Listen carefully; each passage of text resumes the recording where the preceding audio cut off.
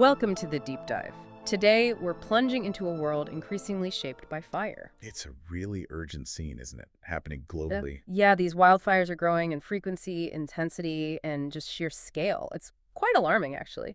Since the 1980s, the amount of land burn has just soared.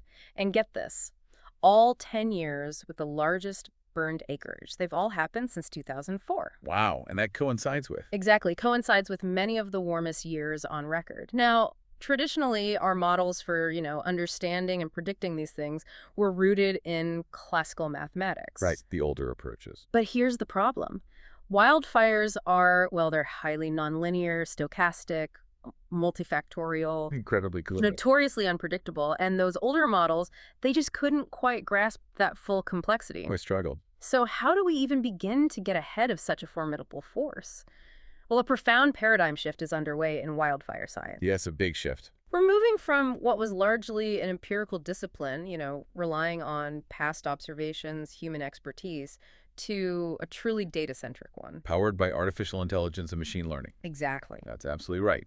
And while AI in this field isn't brand new, you can find some early experiments, neural networks, back in the 90s. Okay, so it has some history. It does.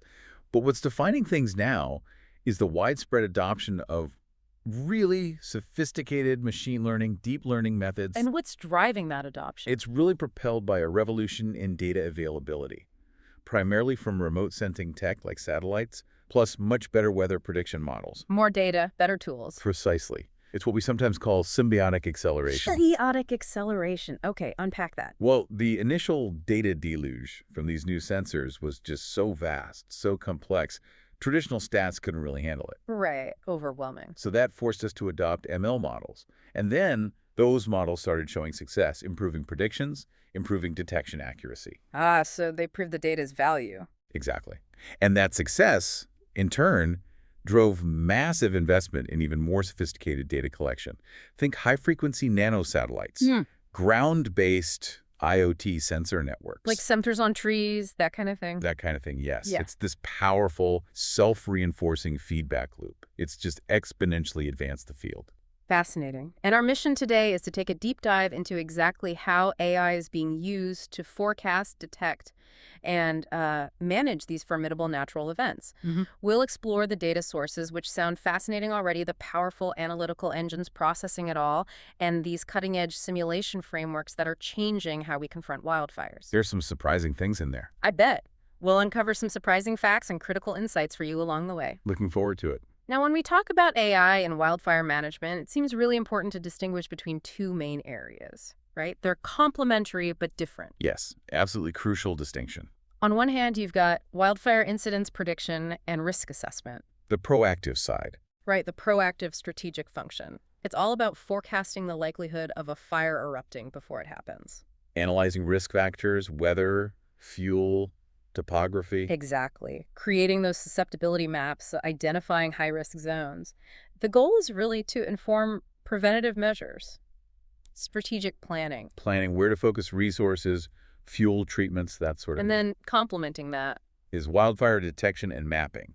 This is more the reactive, tactical side. Okay, so this is about fires that are already burning. Precisely. Identifying and locating existing active fires. Yeah. The main goal here is a precise location and an early alarm, ideally before it spreads too wide. Getting that jump on it. Yes. And it also includes mapping the fire's perimeter, tracking its progression in near real time. That's vital for active firefighting and, of course, evacuation efforts. So prediction tells us where it might happen. Detection tells us where it is happening right now. You've got it. Both critical, distinct, but definitely interconnected purposes. Makes sense. So let's talk about the data. You mentioned this data deluge. What actually feeds these AI systems? Well, the effectiveness absolutely hinges on the data. Quality, diversity, sheer volume. It all matters. It's not just one thing, then. No, definitely not. No single source can capture that multifaceted nature of fire risk and behavior. The really powerful AI models integrate, and they identify these complex, nonlinear relationships across multi-source, heterogeneous data streams. Heterogeneous meaning different types? Different types, different formats, different scales. Think of it as a whole digital ecosystem of wildfire intelligence, pulling from many different impetus. Okay, so what are the key inputs in this ecosystem? Let's start with what we often call the eye in the sky, Satellite remote sensing. Okay, satellites. You have platforms like NASA's Terra and Aqua satellites with their MODIS instruments, and the Suomi NPP satellite with its VIRS instrument. They're constantly monitoring the globe. What are they looking for? They detect thermal anomalies, those hotspots, indicating active fire. They see the vast smoke plumes. They can even spot long-term vegetation changes that signal increased fire risk over time. How do you see that? Using various spectral bands. Light wavelengths, essentially. Things like shortwave infrared, SWIR, and near-infrared, NIR, are really useful. And you get indices from this, too. Yes, crucial indices.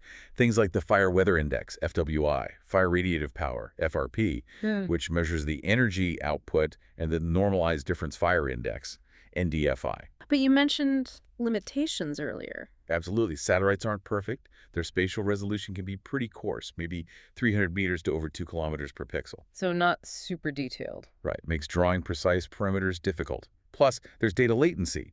Many satellites only pass over a specific spot a few times a day, so there can be delays in detection. It's like seeing a blurry photo, maybe taken hours ago.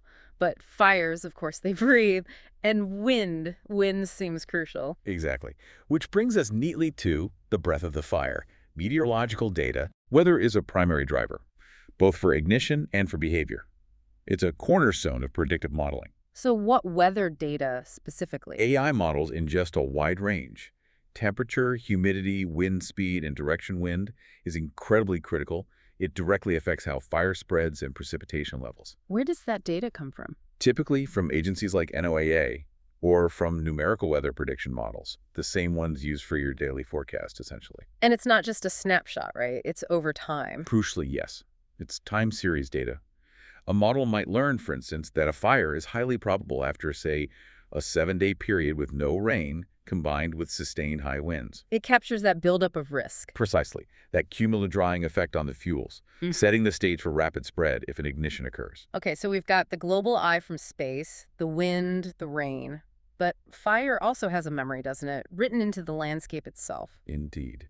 And that's where the memory and map of the landscape come in, through historical and geospatial data. Historical fire records. Exactly. AI models are trained on decades of records Right. from agencies like CL Fire. These include ignition points, the areas that burned, even the causes sometimes. And the AI finds patterns in that history. By correlating this history with the environmental conditions at the time, AI can discern these complex, often recurring patterns that humans might miss. And the map part, topography. Topography is another critical static variable. Elevation, slope, aspect, which way the slope faces. These heavily influence fire spread. But fire spreading faster uphill. Much faster uphill, generally. Yeah.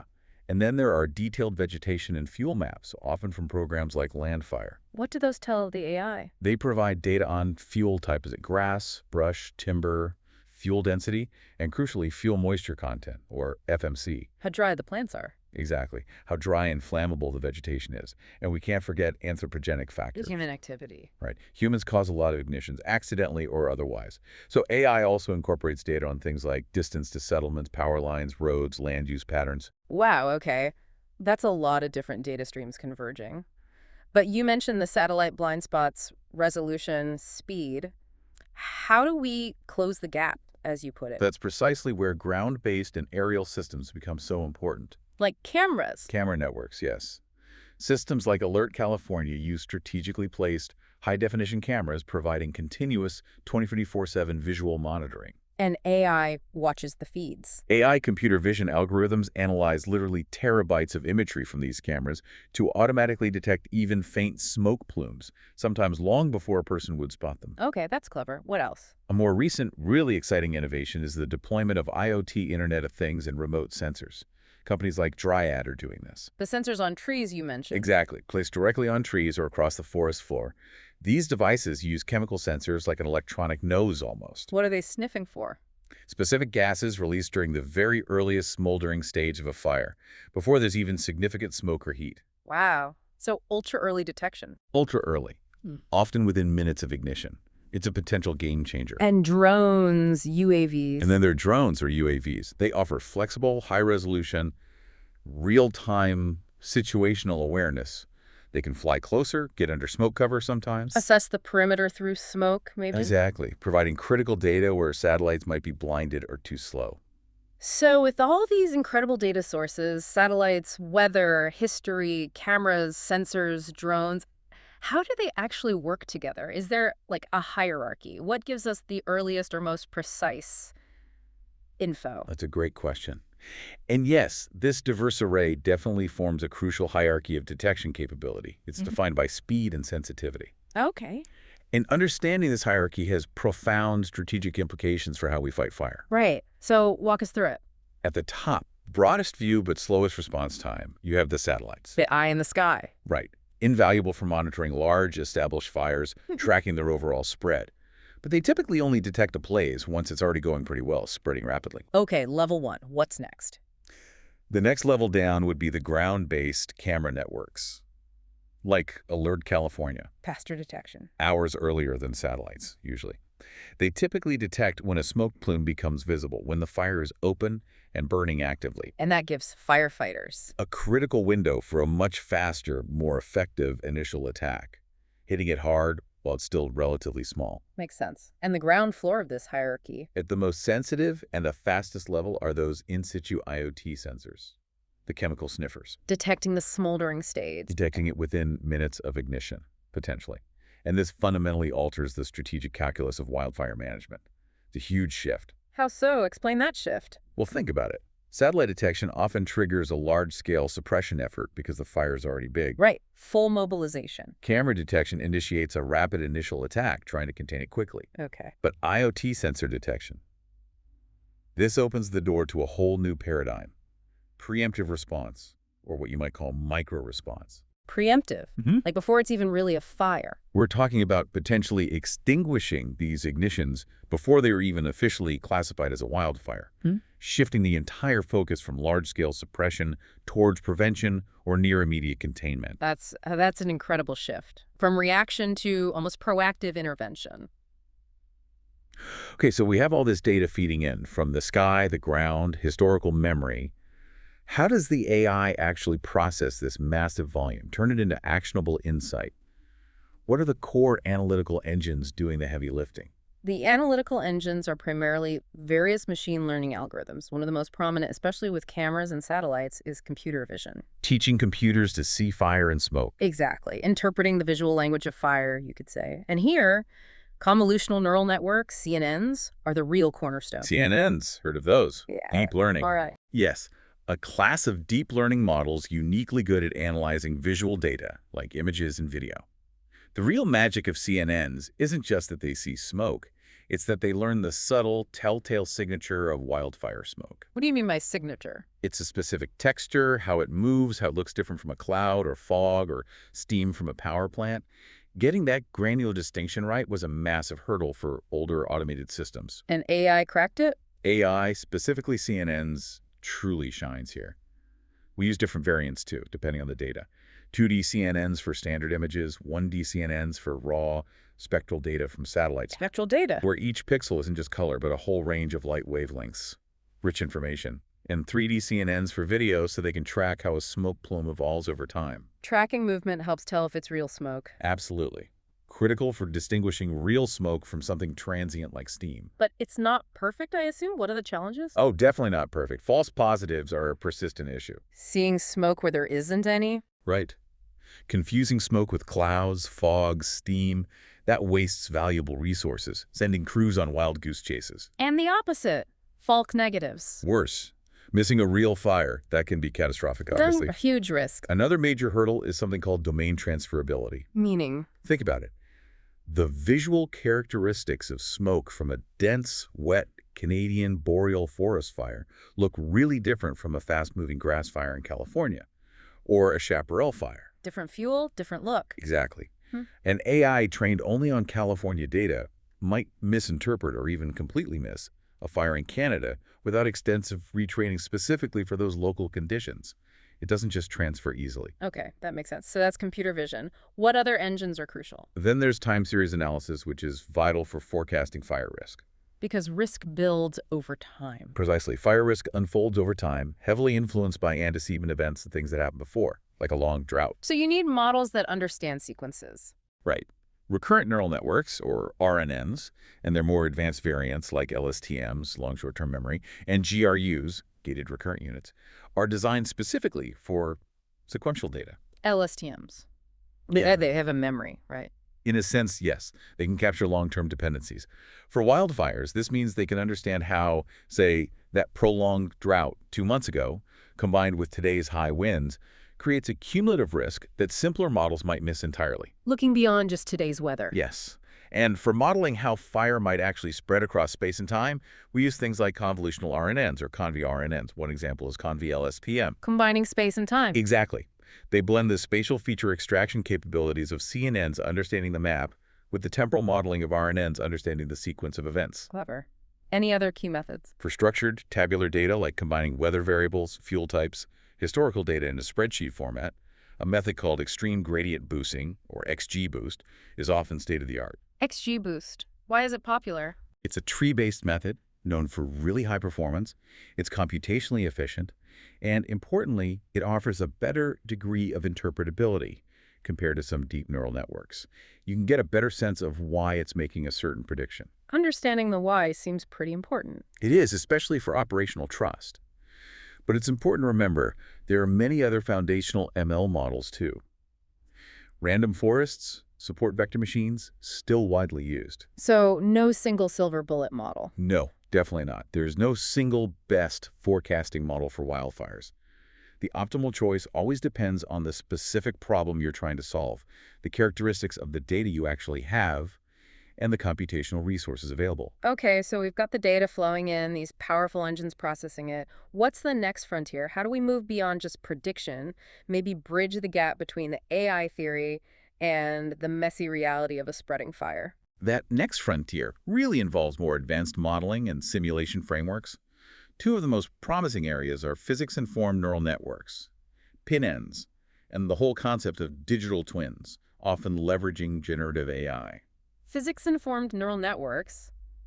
Sounds intriguing. What's the problem they solve? Well, a significant limitation of many purely data-driven models, especially complex deep learning ones, is they can be black boxes. They learn correlations from data, but they don't necessarily have an intrinsic understanding of the underlying physics. They don't know why fire spreads uphill faster, just that it often does in the data. Kind of, yes.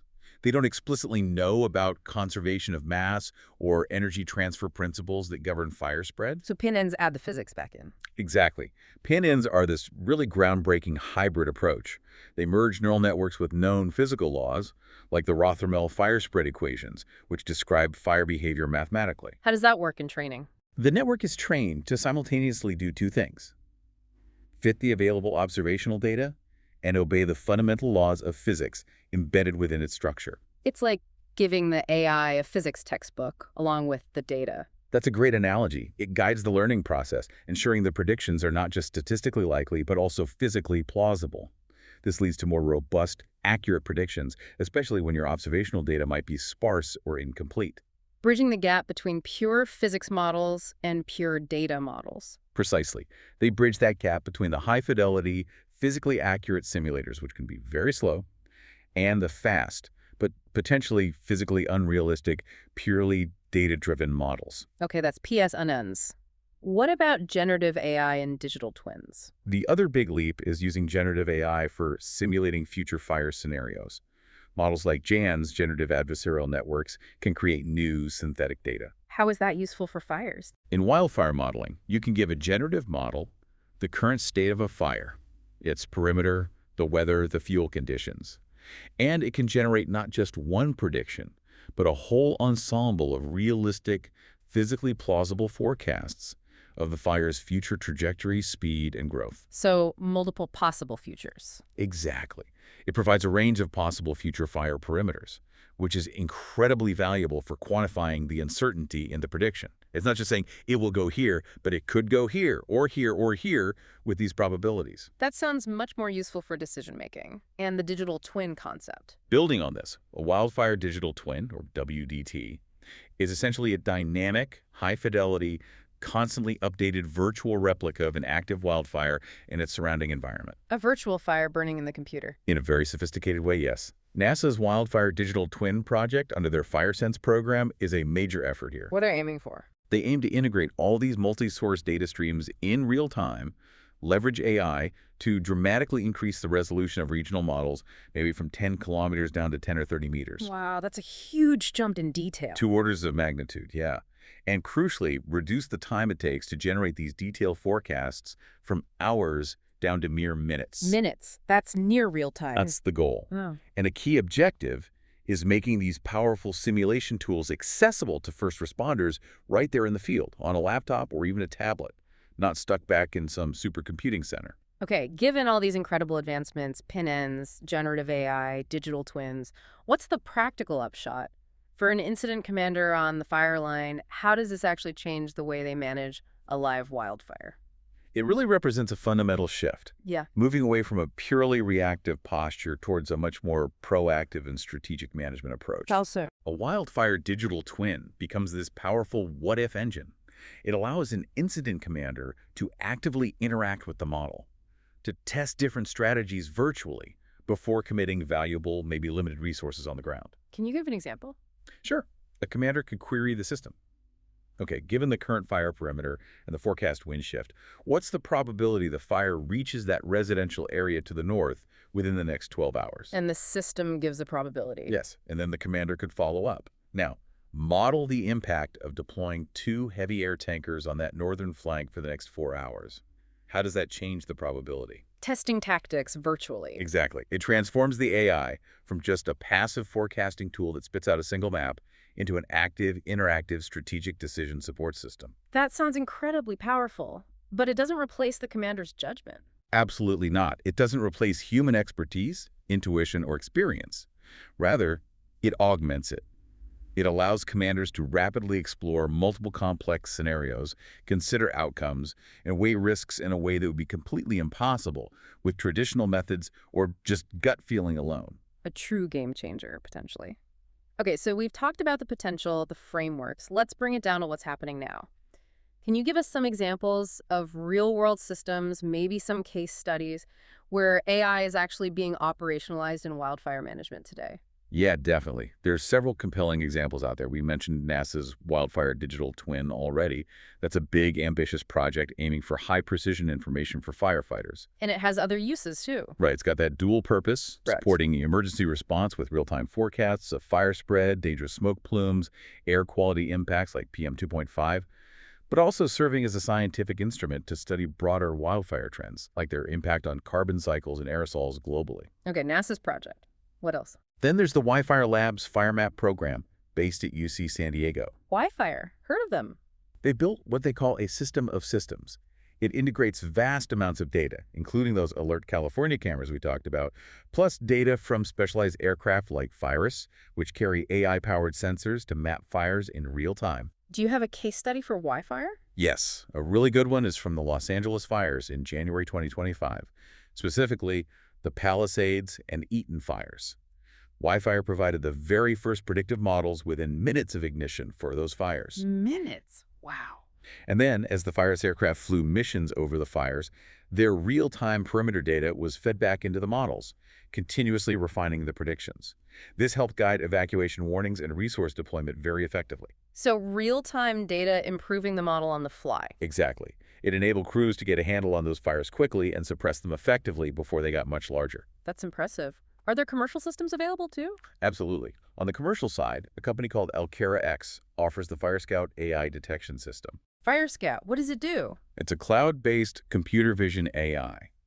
They say it's trained on over 10 million images, and it continuously analyzes video feeds from cameras looking for smoke. How does it alert people? When the AI detects potential smoke, it doesn't just automatically send an alarm. It sends an alert to a confirmation center where a human verifies it first. Ah, a human in the loop. Yes. Yeah. Once confirmed by the human operator, then an immediate alert goes out to the relevant fire agency via SMS or email. How fast and accurate is it? They claim detection in under 1 minute and a 99% accuracy rate after that human verification step. Any examples of it working in the real world? They have some compelling case studies.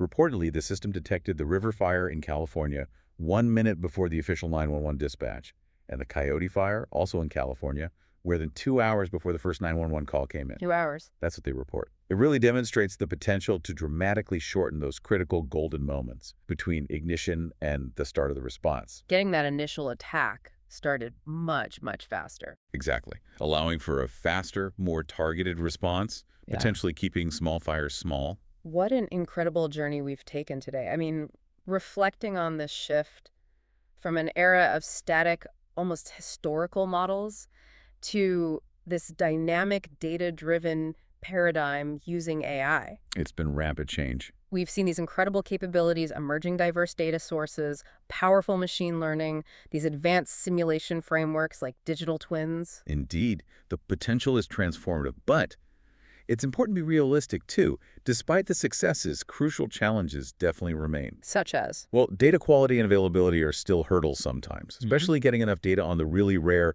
but truly catastrophic megafire events. It's hard to train models for events you've barely seen. Right, the extreme outliers. And model generalizability across diverse ecosystems, that domain transferability issue we talked about. Making sure a model trained in one place works reliably somewhere else is a big ongoing research area. The California model might not work in Canada without tweaks. Exactly. And of course, there are the sheer computational and infrastructural demands. Handling and processing all this data, often in real time, requires significant computing power and robust networks. Well, not trivial challenges. Not at all. But perhaps the most significant non-technical barrier right now is that black box problem we touched on with some advanced AI models. The trust issue. Precisely. Yeah. For an incident commander who has to make decisions that affect lives and property, getting a prediction without any explanation of why the model thinks that, it's often unusable. They need to understand the reasoning. So we need the AI to explain itself. That's where explainable AI, or XAI, becomes absolutely critical for building trust and enabling real operational deployment. Explainable AI, how does that work? There are various techniques, like SHEP analysis, for example. They can essentially peek inside the model and precisely identify and quantify the key factors driving a specific prediction. So it wouldn't just say high risk, it would say... It might say high risk primarily because of the combination of 7 days with no precipitation, current low humidity below 15%, and the location being within 2.7 kilometers of a settlement, which historically increases ignition probability. It quantifies the drivers. Exactly. It tells you how much each factor contributed. This transforms that black box prediction into a transparent, understandable, and therefore actionable piece of intelligence. The commander can see the reasoning and decide if they trust it. That transparency sounds absolutely vital for actually using these tools under pressure. And looking ahead, I mean, the field of AI itself is evolving at just a breathtaking pace. What do you see as the next generation of technologies that might shape the future here? It's moving fast. We're likely talking about even more advanced generative AI, maybe capable of creating incredibly realistic 3D fire simulations on the fly, giving even richer insights into complex fire behavior like spotting or fire whirls. More realistic simulations. And the potential of what are called AI foundation models. These are massive models trained on vast data sets, potentially understanding the fundamental dynamics of fire across many different regions, requiring less specific retraining for new areas. A more general fire intelligence. Perhaps. And imagine conversational AI interfaces. Like talking to the AI. Essentially, yes. Chatbots, but highly specialized. An incident commander could simply ask, using natural language, what is the projected impact of a 20-mile oracle wind shift to the southeast, starting in 1 hour? And get an immediate, understandable response with maps and explanations. Wow. Less clicking, more conversation. And all of this increasingly empowered by edge computing. Meaning running the AI locally. Running these complex models and scenarios directly on mobile devices, rugged laptops, tablets right there in the field, in real time, without needing constant connection back to a central server. That seems crucial for remote fire lines. Absolutely critical. This all points toward a future where the role of the human expert isn't diminished, but it's fundamentally transformed. How so? Beyond just verifying alerts. Yes. The current human-in-the-loop model often uses humans primarily as verifiers. The AI flags something, a human checks yes or no. Right. The emerging generation of systems, enabled by XAI and conversational AI, promises a truly collaborative relationship. The interaction becomes more of a dialogue. A partnership. A partnership. An incident commander will be able to query the AI system, explore multiple what-if scenarios easily, use the XAI component to drill down into why the model is projecting certain outcomes, debate the assumptions. So the AI becomes less of a tool and more of a cognitive partner. That's a good way to put it. Yeah. Amplifying, augmenting, and enhancing that invaluable human expertise and decision-making, not trying to replace it. That's a powerful vision. So thinking about all this, what does it truly mean for our future? When we might be able for the first time not just react to fire, but virtually anticipate it, maybe even preempt it in some cases. It changes the equation. Imagine the strategic implications if we really lean into this. If we fully invest in the necessary data infrastructure, prioritize that explainable AI for trust, foster the right kind of human-centered AI training for responders, and adopt a smart portfolio approach to the technology combining satellites, cameras, and those ultra-early ground sensors, what kind of world does that create? What new possibilities does that open up for protecting our communities, our firefighters, and our natural spaces from these increasingly destructive events? Something to think about. This is DigitView.